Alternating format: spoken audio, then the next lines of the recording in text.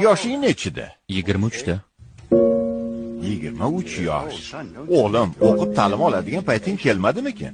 Ishlaydigan, biror ishni boshini tutadigan payting. Janob Fred.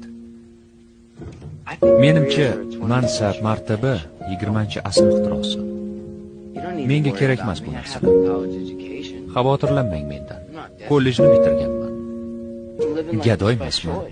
Bunaqa hayotni o'zim tanlagan. Shu hayot nima? Ha, shu hayotni